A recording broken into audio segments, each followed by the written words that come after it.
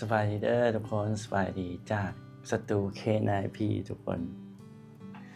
วันนี้เราก็อยู่สตูเนาะเห็นเมื่อวานนี่กบอ่านคอมเมนต์เด้เห็นคอมเมนต์หนึ่งว่าวิดีโอคอลหาจอร์เจียและอัปเดตสถานการณ์นะทุกคนวันนี้กบก็ยังคิดว่าสิโทรบ่หรือบ่โทรเนาะเห็นอยู่ในสตอรี่นะก็เฮ็ดบล็อกเนาะเฮ็ดบล็อกเอาลงว่ากลับฮอดบ้านแล้วตอนนี้อยู่อังกฤษเนาะทุกคนเห็น FC จอร์เจียหลายคนทักมาคอมเมนต์หลายเลยเนาะมื้อนี้เฮาก็ทักไปซะ ทักไปเนาะนะทักไปเพราะว่าเฮาเบิ่งนางเด้นางแบบนอนแล้วนางว่าฮ้อนนะทุกคน hot as hell แบบประมาณแบบน่าจะว่าฮ้อนใจฮ้อนว่าอีหยังประมาณนี้เนาะและก็จื้อได้นางเล่าให้ฟังว่าช่วงซัมเมอร์น่ะอยู่พุ่นนี่อาการมันก็จะประมาณฮ้อนแต่มันบ่ได้ฮ้อนหลายสำลาวทุกคนมันก็จะฮ้อนอยู่ประมาณ5มื้อหรือว่าอาทิตย์นึงประมาณนี้เนาะก็บ่จื้อตามที่ได้ลมกันได้นางบอกแล้วเฮาก็ทักไปเฮาก็รีพลายสตอรี่ไปสูตรใหม่ สูตรใหม่แล้วก็กบก็บ่มีแอร์แม่นบ่จอร์เจียก็ว่าบ่นบเนาะนบนี่ก็คือบ่มีเพิ่นว่าแล้วกบก็ว่าอากาศอยู่พุ่นเป็นจังได๋ร้อนบ่สินะเฮาก็พิมพ์แบบตามภาษาที่เฮาเข้าใจเลยทุกคน How the weather there แล้วนายก็ตอบว่า is boiling นี่น่าจะเป็นร้อนเนาะแบบต้มเปื่อยแบบร้อนมันร้อนหลายแบบฟีลแบบร้อนหลายใกล้สิตายแล้วประมาณนี้ที่บ่คิดว่า we literally having a heat wave ตัวนี้เนาะเอาใช้ Google Translate เอาซะอากาศร้อนแท้ร้อนว่าอากาศร้อนจัดสินะประมาณนี้เฮากำลังเผชิญกับคลื่นความร้อนอย่างแท้จริงอันนี้ก็เป็นความหมายที่นางเว้าเนาะแล้วก็หัวไป LOL ดิลอนะแบบหัวไปก็ว่า in Lao is hotter อยู่ประเทศลาวนี่ร้อนก่อนเด้จอร์เจียนางก็ว่า for sure เนาะก็ว่าแม่นแหละแม่นความเจ้าแหละนางก็ส่งรูปมารูปว่าร้อนเนาะ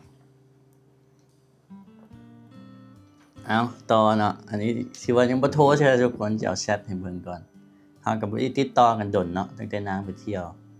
แต่ดนๆก็จึงรีพลายกันสินะประมาณนี้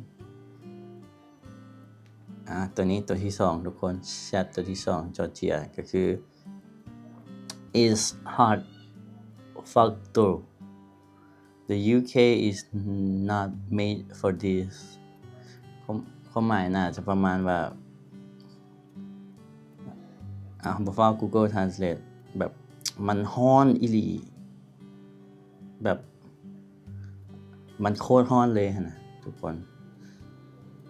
ประเทศอังกฤษนี่บ่เหมาะกับอากาศสภาพอากาศร้อนๆแบบนี้ดอกประมาณนั้นเนาะแล้วกบก็ถามไปว่าก็หัวเนาะอีโมจิไป แล้วก็ถามนางไปว่า is there summer times ช่วงนี้นี่เป็นช่วงซัมเมอร์บ่อยู่พุ่นอยู่ประเทศอังกฤษเนาะนางก็ว่าแม่นแล้ว yes the day I arrived was first day of summer ก็คือมื้อแรกที่ข้อยกลับมาประเทศอังกฤษนี่ก็คือเป็นฤดูร้อนทุกคน นางก็ส่งอันนี้มาให้เบิ่งเด้นางอยู่ไสนี่ตอนนี้แม่นตอนสวยเนาะนางก็ว่าอีหยังด้วยอากาศทุกคน21องศา33องศาทุกคนแต่มื้ออื่นนี่สิฮอด23องศาฮอด35องศาเลยก็ถือว่าร้อนเนาะ35องศาแล้วบ้านเขาเจ้านะตามที่นางเคยเล่าให้ฟังก็คือ อยู่พุ่นหันส่วนหลายอากาศมันจะเย็นเนาะมันจะมีจะประมาณจักทิศหนึงนี่อากาศจึงร้อนแล้วบ้านคนอยู่พุ่นคนอังกฤษเขาเจ้าก็เลยบ่ได้ใช้แอร์ทุกคนส่วนหลายมีแต่ฮีเตอร์ส่วนหลายอากาศจะเย็นค่อนข้างหลายซะร้อนมาบัดนี้ช่วงซัมเมอร์แล้วก็นอนแล้วก็ร้อนนางว่านะร้อนแล้วก็เหงื่อออกแบบมีแต่พัดลมอย่างเดียวนะและเขาเจ้าก็นอนยากขนาดในช่วงซัมเมอร์นะมันจะต่างจากเฮานะอากาศบ้านเฮาเป็นอากาศที่ว่าค่อนข้างร้อนและเฮาหั่นบ้านแต่ละหลังหั่นส่วนหลายจะมีแอร์สินะมีพัดลมมีหยัง แต่คนอยู่พุ่นหั่นแต่ตรงกันข้ามเขาจะบ่ได้มีแอร์สินะมันร้อนมามันก็อยู่ยาก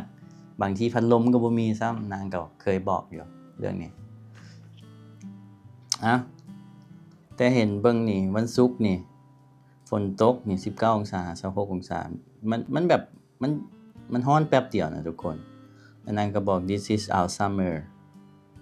too บอกอันนี้ก็เป็นฤดูร้อนของพวกเขาของพวกข้อยร้อนประมาณ 5 วัน แล้วก็ว่าไป no way only 5 day บ่ว่ามีแต่5มื้อนี่หว่าสินะความหมายก็ถามนางว่าจักโมงแล้วอยู่พุ่นนะก็หลังจากที่บ่ได้ล้มกันดนเนาะทุกคนก็ถามว่าจักโมงแล้วอยู่พุ่นนางก็ตอบมาว่าตอนนี้นี่11 โมงเช้า11 โมงครึ่งนะตอนเช้า Yet summer doesn't last long here ก็คือแม่นแล้วอากาศช่วงฤดูร้อนของพวกข้อยนี่ก็บ่ได้ดนอยู่นี่พิมพ์นึงไปต่อบัดนี้ เดี๋ยวสินัดนางเนาะมื้อหน้านะสิวิดีโอคอลให้ทุกคนเบิ่งมื้อนี้ขออ่านแชตซะเนาะสิว่าอัปเดตให้ทุกคนเบิ่งเนาะ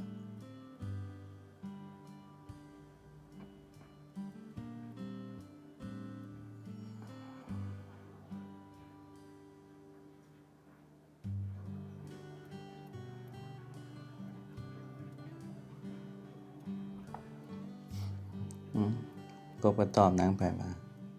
นางว่า11 โมงครึ่งตอนนี้แม่นฤดูร้อนอยู่ประเทศลาวอยู่ประเทศอังกฤษนี่มันบ่ดนอยู่นี่ก็ว่าอ้อมีแต่5มื้อเนาะสั่นแท้สั่นว่า Summer time ก็ส่ำนี้แหละทุกคนก็บ่ได้สู่อัปเดตให้ทุกคนฟังเนาะบ่ได้อัปเดตตั้งแต่นางไปฟิลิปปินส์ไปบาหลีก็บ่สู้ได้ติดต่อกันนั่นแหละก็คือที่ผู้ใดติดตามมาที่กบก็จะเฝ้าอยู่ในคลิปตั้งแต่ตอนอยู่ปากเซก็ว่า